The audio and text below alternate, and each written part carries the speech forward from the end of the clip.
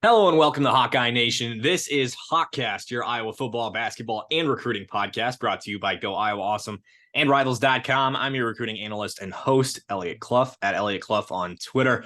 Before we get started today, make sure that you subscribe wherever you are listening, YouTube, as well as Apple Podcasts and Spotify. Leave that rate and review. Drop a like for us. Drop a comment. Tell us what you're thinking about this game ahead this weekend. Iowa versus Minnesota in Kinnick Stadium. And once again, we've got Dylan Callaghan-Croley from Minnesota.Rivals.com joining us. He's on double duty. Yes, you recognize that name. He was covering Penn State as well earlier in the season, helped us preview that game. Iowa fans, of course, hoping this one goes a little bit different.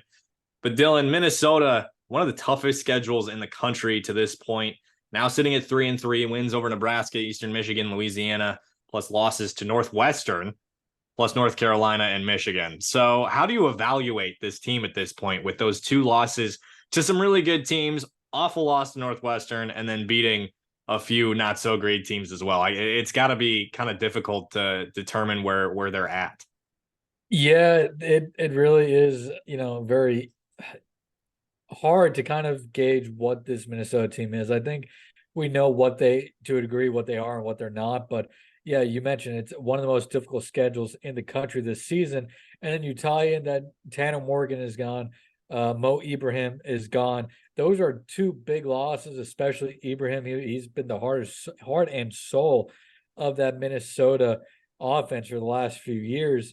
They haven't been able to replace him to the same degree. Darius Taylor, a true freshman, has stepped in and done nicely when healthy, but we haven't seen him in a few weeks. It's unclear if he'll be ready to go this weekend against the Hawkeyes.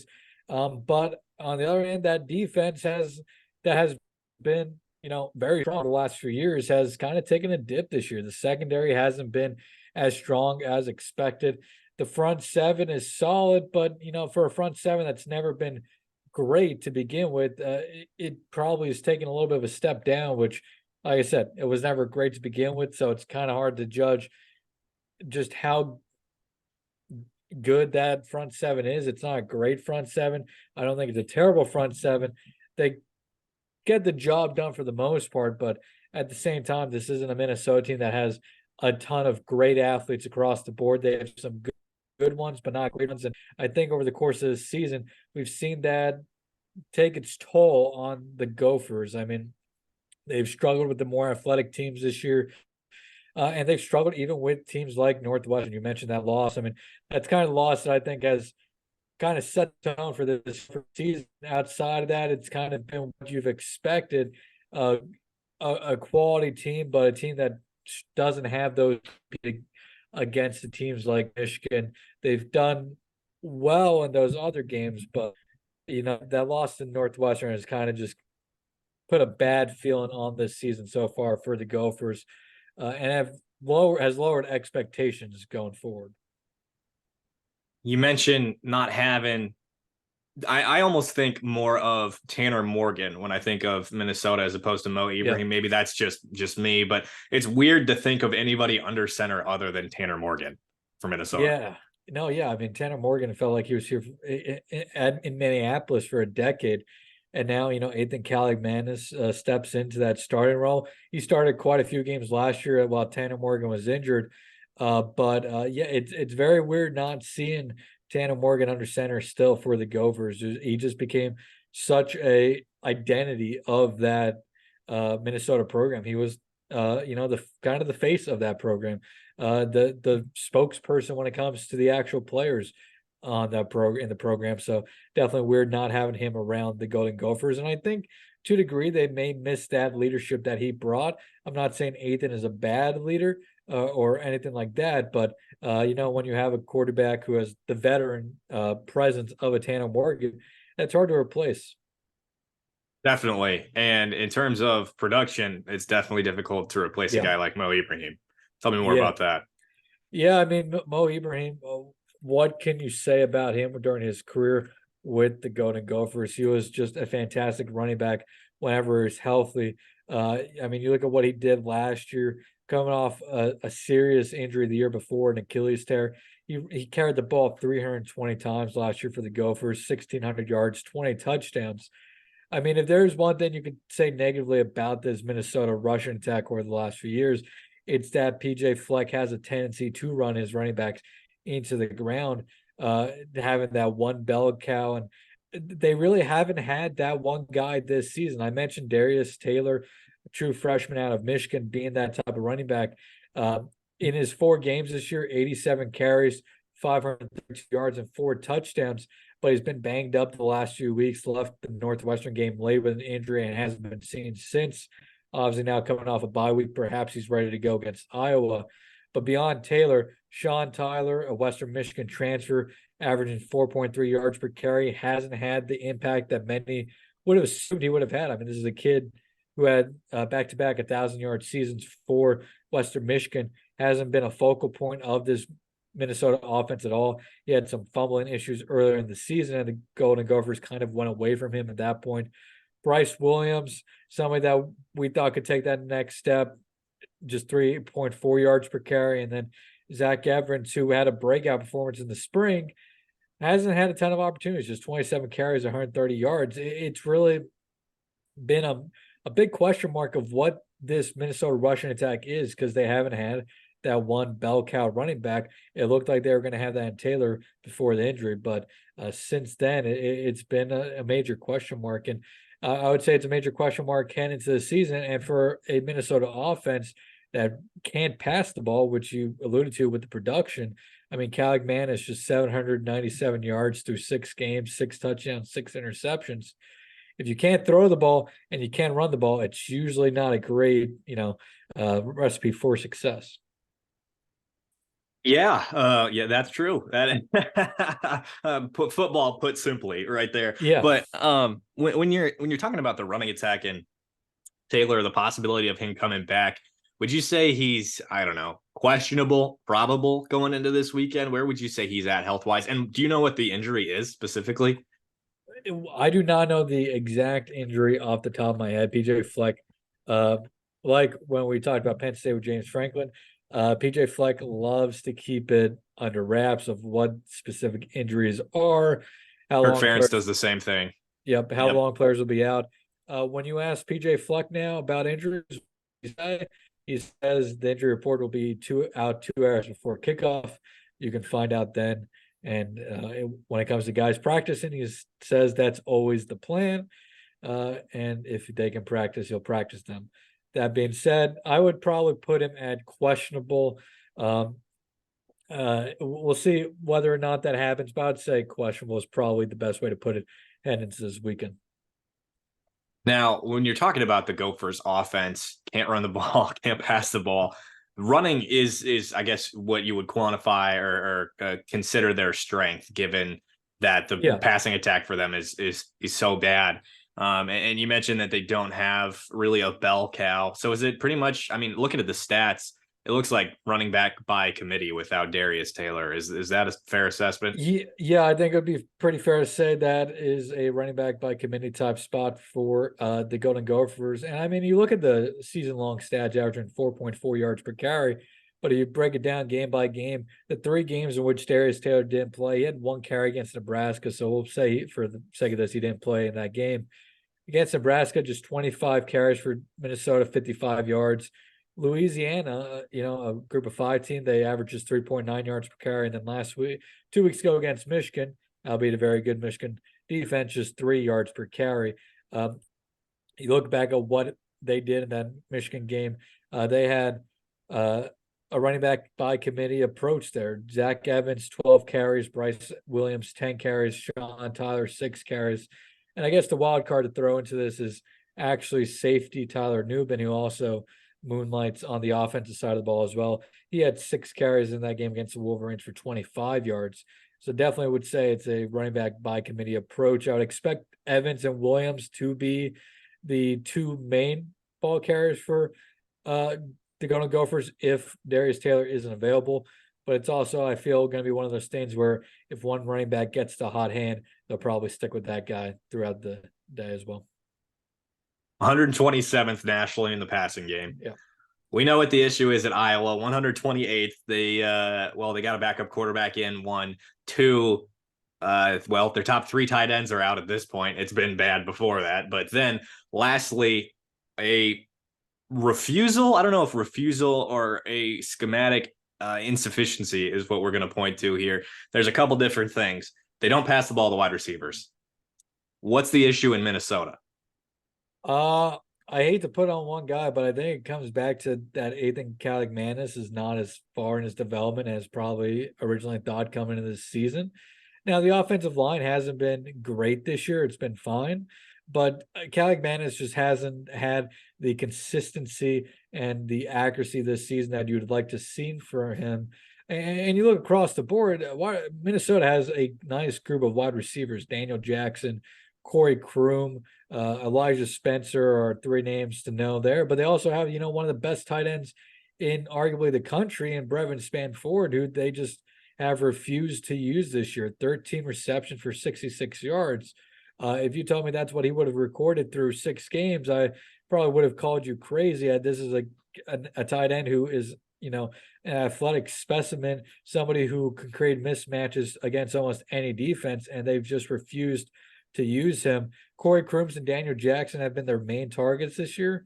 But I come back to it being Callaghan just not being, that far along in his development. And I don't know if that's really anybody to blame on the Gophers coaching staff, because this is a kid last year who played quite a bit in relief of Tanner Morgan while he was banged up.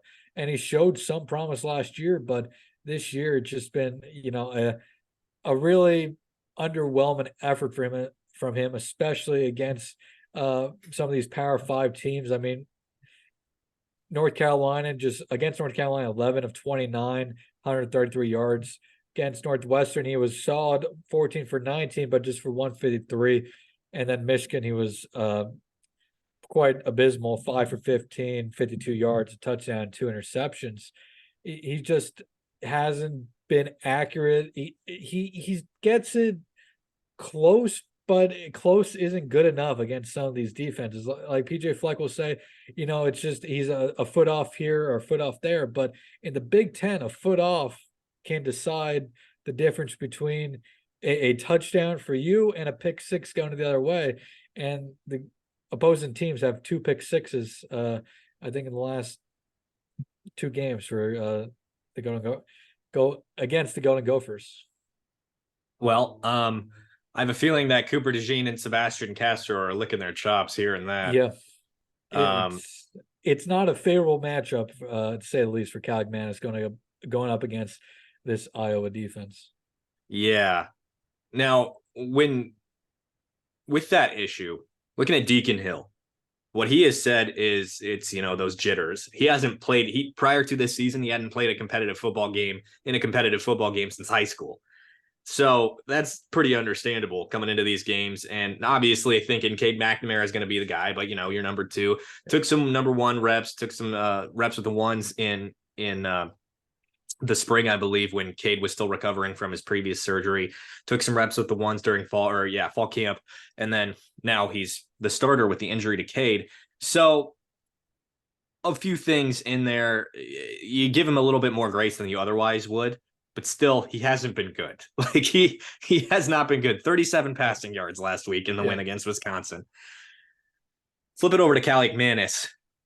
Is it the yips? Is it, I look at the stats. I did some research prior to us sitting down here. 95th in sacks allowed. Yeah. Like that would make me a little, I got to get moving here and eventually get rid of the ball so I don't get walloped, Yeah, no, I think it is. Like I said, the offensive line has not been Minnesota caliber this year. They lost a lot on that offensive line last year. It's been fine in the run blocking to a degree. The pass blocking has been a problem, especially against your bigger athletic defensive lines, especially like Michigan. I think there is a little bit of, in the back of his head of being pressured a ton. And I think to a degree, he also just may be overthinking it a little bit too much. He may be trying to be a little bit too perfect. And by being trying to be too perfect, he's making more mistakes that has hurt him. And I think to a degree, it's probably a little bit of just, I would say I don't want to say overwhelmed, but it almost is what he looks like out there at times, is being overwhelmed by these opposing defenses. And I'm sure being pressured a ton isn't helping that. He's gone up against some, tricky defenses and good defensive coordinators as well. And that Michigan game kind of makes everything seem a little bit worse, I think. But at the same time, this is a kid who has a strong arm. He has all the physical capabilities. It's there. It's just I think the struggles that he's going through now are going to pay off down the road. It's just a question of how bad are these struggles going to be for him before it starts paying off. Now, I think with the bye week, he probably was able to work on some of the little things that were probably hurting him. His mechanics haven't always been great. He goes and throws off balance quite a ton, throws off his back foot. Which you may have a great arm, but if you're throwing off your back foot a lot, it's not going to lead to much success for you. He looks like a young quarterback out there. He's going to need some more seasoning, and yeah, the wide receiver room for Minnesota is good, but it's not an elite wide receiver room by any means. They've struggled against separation at times, but at the end of the day, he's going to have to be more accurate as passes going forward, and I think that comes down to a combination of fundamentals and then just kind of feeling that pressure come down on him quite constantly. Last thing on the offense, and then we'll flip through to the defensive side of things. Minnesota's 15th in the country in time of possession. Yep. With having pretty bad offense. Yep. How are they doing that? I mean, 77th in third down conversion. And, well, I see this here, and they're 121st in, I guess that's red zone defense. So that we'll talk about that in a moment. But 77th in third down conversion, yet 15th in time of possession, 127th in passing offense. How the hell do you manage that with the ball not moving on the offensive side of the ball? Yeah, it's really, it's intriguing to look at it that way. And I honestly think a lot of it goes back to the success that Darius Taylor did have in those 3 games that he played really well. The Golden Gophers dominated the time of possession, each one of them. I mean, let me pull up his rushing stats here in those 3 games. They were phenomenal performances. Against Eastern Michigan, he 33 carries for 193 yards. North Carolina, 22 carries, 138 yards.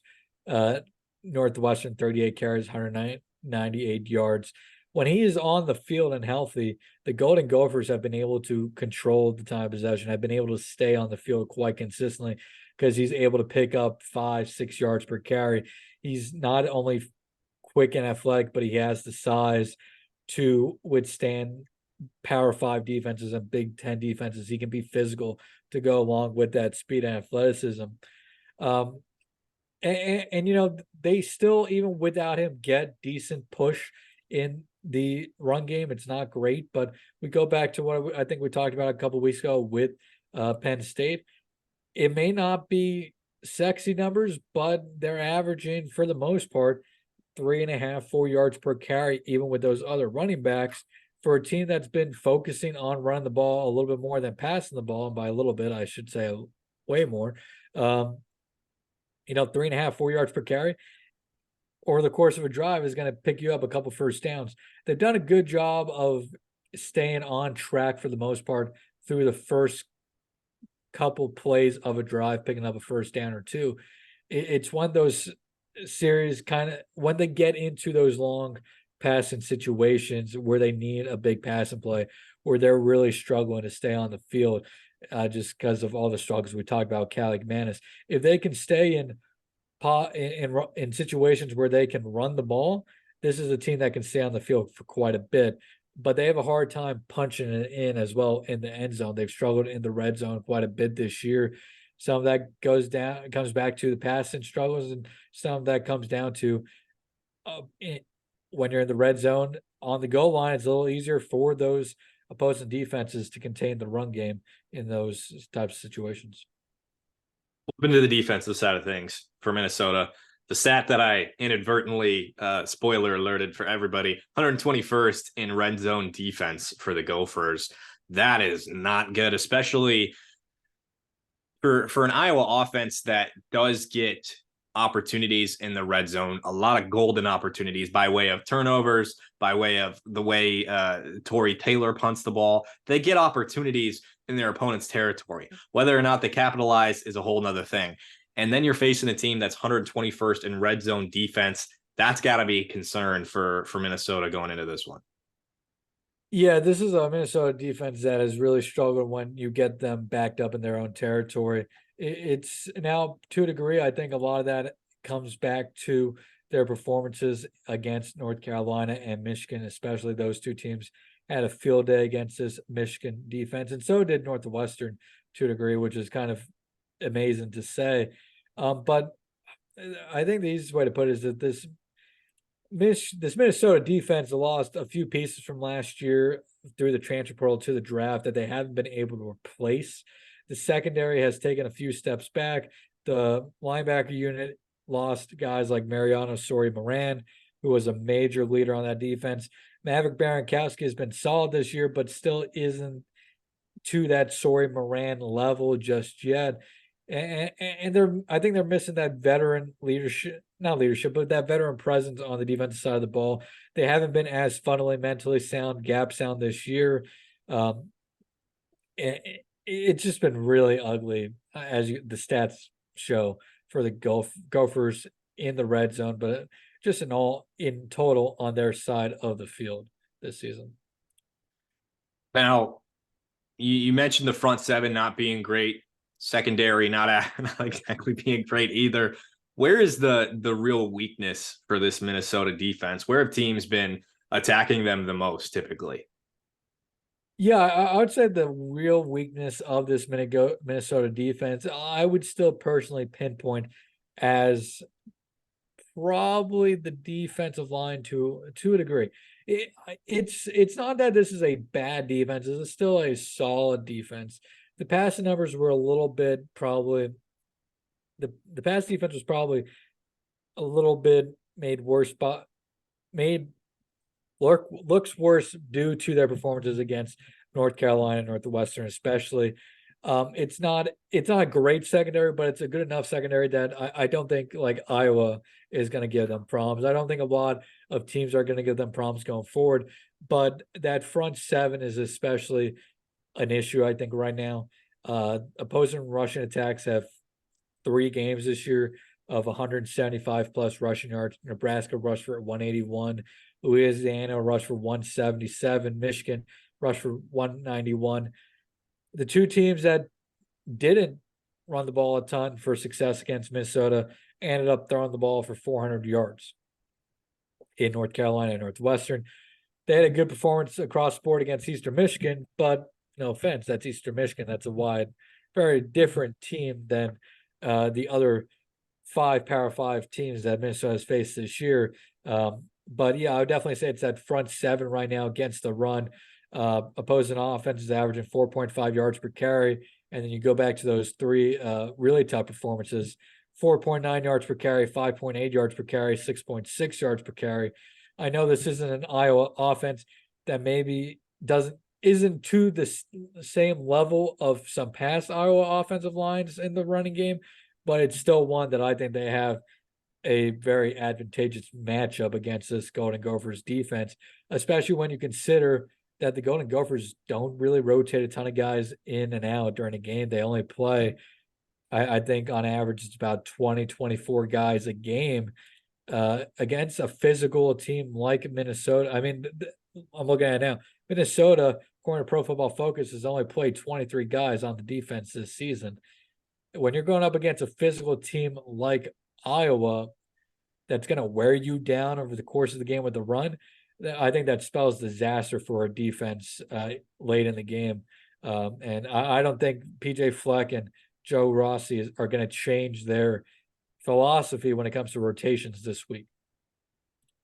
LaShawn Williams and Caleb Johnson combined, and Seth Anderson, if you count the end around, combined for 200 yards last week against Wisconsin. Of course, that 82-yard touchdown for LaShawn Williams, rather, in that game. So definitely going to be looking for that as an advantage for the Hawkeyes this weekend. Now, we've referenced it a couple of times. Minnesota coming off a bye week. under PJ Fleck, is that usually a good thing for Minnesota? Because Iowa, Yeah, I would say historically under PJ Fleck coming out of the bye week has been good for the Gophers. It hasn't always been, he's not one of those coaches that coming out of the bye week, it's an automatic win.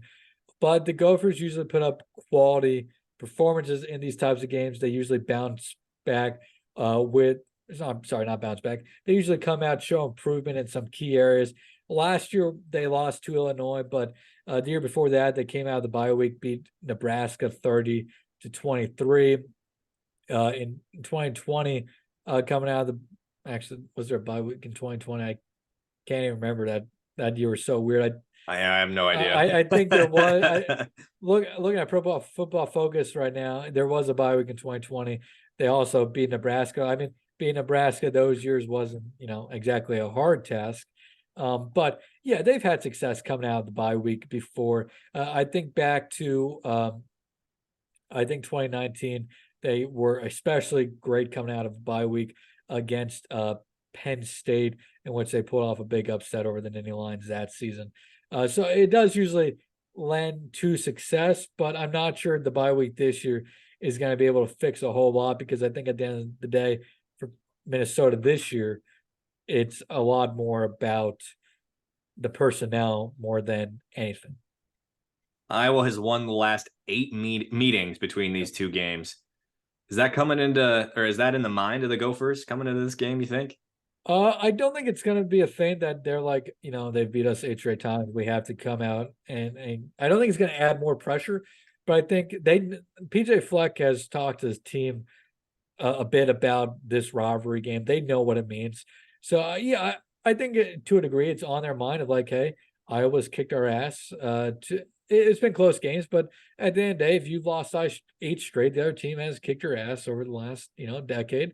I think they want to kind of, get that revenge in, but I don't think it adds to any more of, the motivation to win this game. The motivation's already there. They know that they need a win here to kind of get their season back on track. You look at the rest of their schedule, it's not an easy rest of the schedule. They still have Wisconsin, who despite the injuries is still a team that is still a very quality team and that can beat this Minnesota team. They still have Ohio State on the schedule as well. So, I mean, if they don't get a win here, the avenue to 6 wins kind of gets tough. They would have to win out against Michigan State, Illinois, and Purdue. And that's not, counting Ohio State and Wisconsin, which I'd probably chalk up as losses right now. So I definitely think that they know they need a big win here. And despite everything that we've talked about, that's kind of been an issue for the Golden Gophers this season, I still think this is a game that is winnable for them just because of some of Iowa's deficiencies. It's going to come down to, in my opinion, can Minnesota slow down that Iowa rushing attack, which is a major if. Definitely could be a trap game for the Hawkeyes here, riding high after that Wisconsin win. They're 6-1. Minnesota coming off a bye. Expectations going into this weekend for you. Do you have a final score prediction? For the record, spread is 3.5. Over under at 31. Yeah. 31. For the record, I think 31 may still be too many points for these two teams. I mean, this is I don't know if there's ever been a more Big Ten matchup between two teams in recent memory.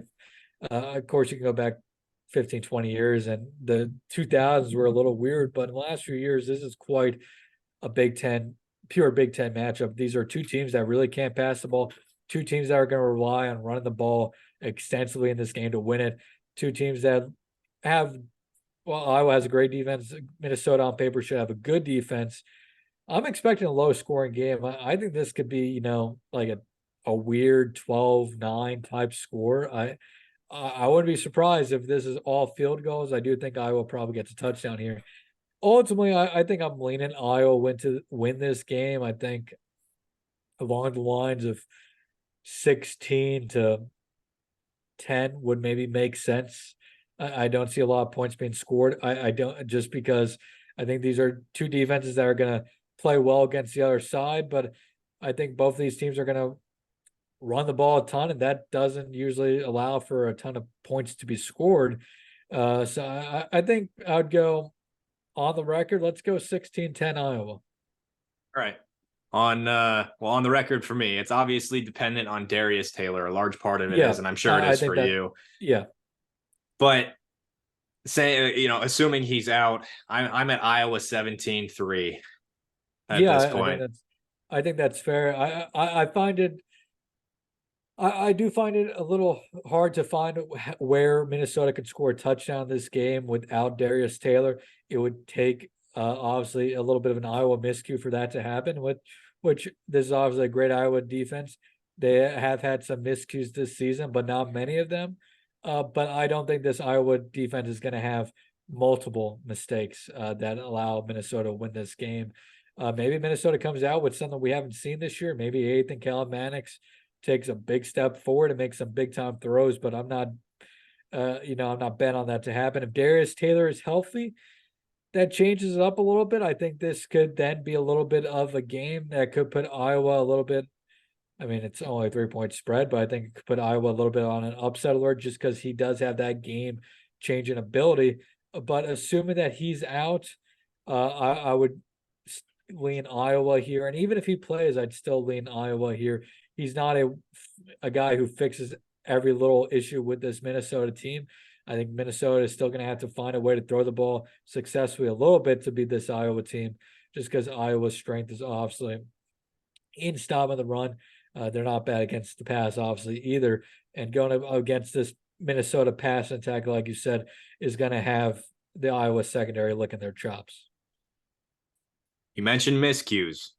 One thing to keep an eye on, since Deacon Hill has been the starter, is balls will get popped up in the air by the opposing defensive line.